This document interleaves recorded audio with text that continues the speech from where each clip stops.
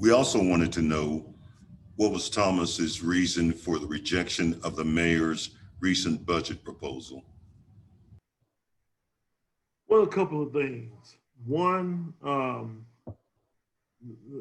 mayor didn't take the time to, in advance, spend time with the council discussing why this was important to him, how it would make a difference, why he was doing it. It was thrust upon us at the meeting.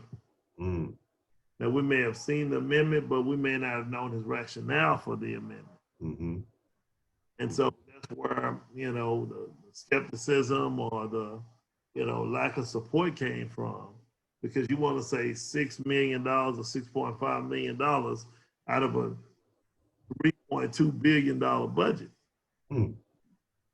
How much of an impact is $6 million really going to make?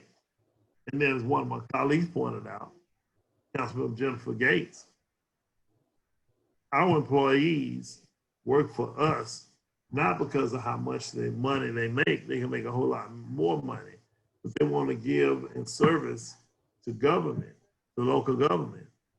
However, if you talk about cutting their salaries, then they can say, you know what, I can make twice this amount of money working in private industry as I can working for the government. I think, a mayor mayor was a state representative. He was state representative for 10 years. They gave him experience as an elected official, but local government works differently. We don't have a strong mayor system. We have a city manager form of government. City manager manages and runs the day-to-day operations of the city.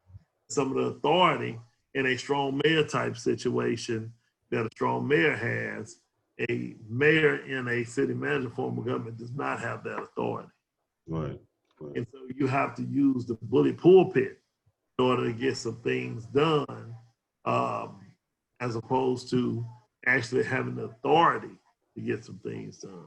But were you aware that they picketed his house? They had a protest at his house?